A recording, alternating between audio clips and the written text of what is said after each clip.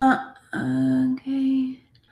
Hello, hello. I don't know if this is recording correctly, but hopefully this is. I am Devin.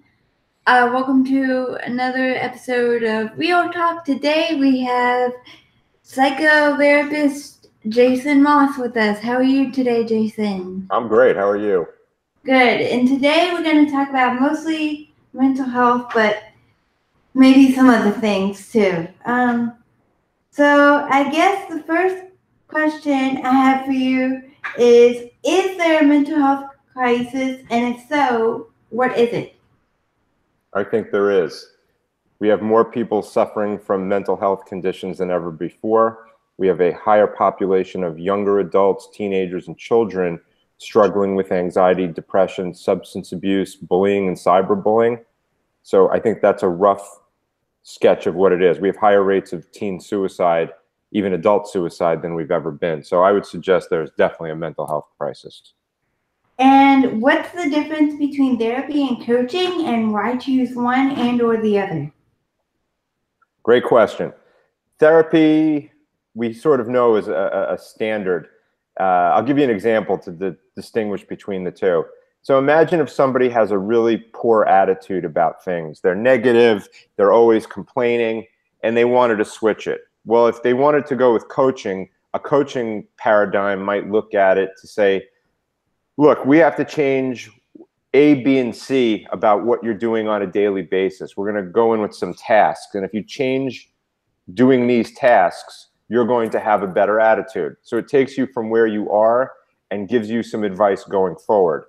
Therapy more so looks at how you got to that in the first place before you can change it. So a therapy modality in this case would look at, why does your attitude suck in the first place? How long has it been there? Is it something you've carried from your entire life? And do you need to examine it in order to change it? That way it doesn't recur and show up again, which is typically what happens. Okay. And why should you send a loved one for substance abuse treatment if they're struggling with substance abuse? Generally speaking, it may save their life. Some people go to substance abuse treatment. There are good substance abuse treatment centers. There are some that are not good at all, and I wouldn't send to. Sometimes you have a loved one who really needs help, and the only thing to do is to get them out of their environment just to simply save their life. And that's what some people have to decide is this move going to literally keep them from killing themselves or overdosing? It's a Kind protective measure sometimes. Kind of a follow-up question, like what if they're adamantly resisting treatment? Like what should Great, you do? great follow-up. You have to get help for yourself, whether it be going to Families Anonymous, Al-Anon, going to a therapist of your own, family therapist. The family has to get help. Sometimes they set up an intervention with an interventionist. They have to get help for themselves in order to draw the lines that they need to let the family affected member know that they're not going to go down with the ship. Ultimately, that's what they have to do. They have to get help for themselves. Trying to get someone to get help for them, to tell them that they're the problem and get help, they're usually not going to listen, especially if they're on substances as we speak. Okay.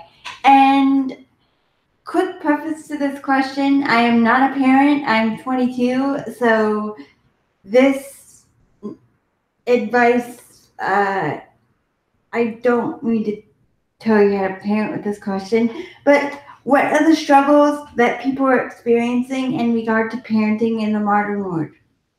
I think parents are struggling with setting limits with their children. They're struggling with helping their child to fit in, and they're often trying to make sure that their child has no problems in the world, thinking that if they're a perfect parent, their child's going to have a perfect life, and it doesn't work that way. The most important thing you do as a parent is teach your child how to cope. And if they know how to cope and they know how to get through any environment, they're going to be resilient and they're going to be successful. Great, great answer. Thank Uh, you. what exactly, and some questions that I have, what exactly do you do as a trauma therapist? Well, in therapy, I do a lot of different things. Working with trauma very often can be getting people to talk about some of the most difficult experiences of their life and make it a safe setting so they can get out what they've been keeping in for a long time. A lot of people have been through a lot of trauma. We've obviously seen in the news a great deal of sexual trauma survivors starting to speak out. The more people speak out, the less it's going to harm them inward.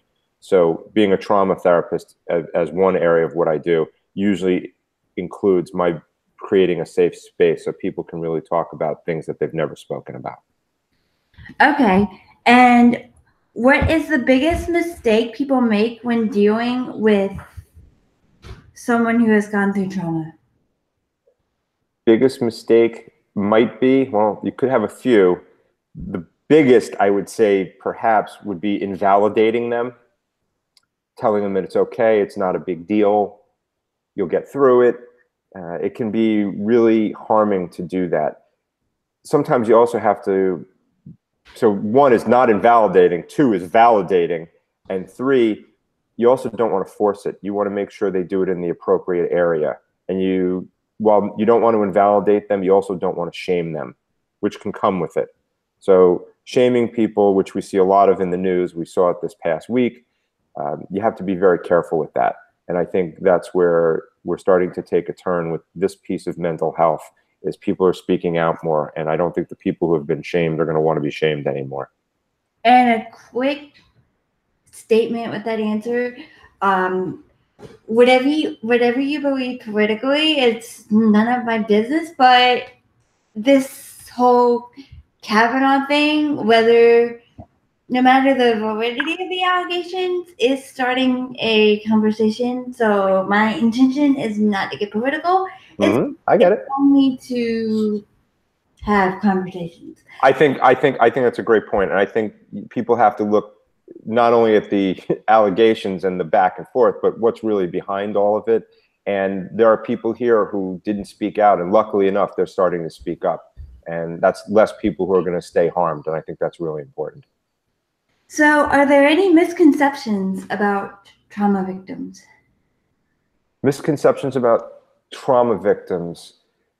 I think one misconception, it's an overall stereotype, they asked for it, which is not the case, but that's a belief that a lot of people hold. The other misconception that comes to mind, because you hear it a lot, is, well, why didn't they speak up earlier? And I think we're seeing why people don't speak up, because they're going to get yelled at, shamed, attacked, threatened. So people are less likely to speak out. So that's what comes to mind first. Okay. Do you have anything else you would like to add before we wrap up this interview? No, only that I think it's important that people do whatever they can to get themselves any and all mental health services they can, whether it means going to a local psychiatric facility or a local outpatient center. There's a lot of services out there. I realize people struggle with finances and money. So there's a lot of information out in the public on YouTube, et cetera, podcasts that people can help themselves. And I hope they take advantage of that. Okay. And where can people learn more about you? They can either go to my website, jasonerickross.com, or find me at social media, at Jason Eric Ross is usually the handle that I have. Okay. Thank you for coming on today. I guess with that, we will wrap up this interview. Follow me on Twitter and Instagram at Devin Readers. And thank you for coming on today, right? Thank you for having me on. You're welcome. I guess we will catch you guys next episode. Bye.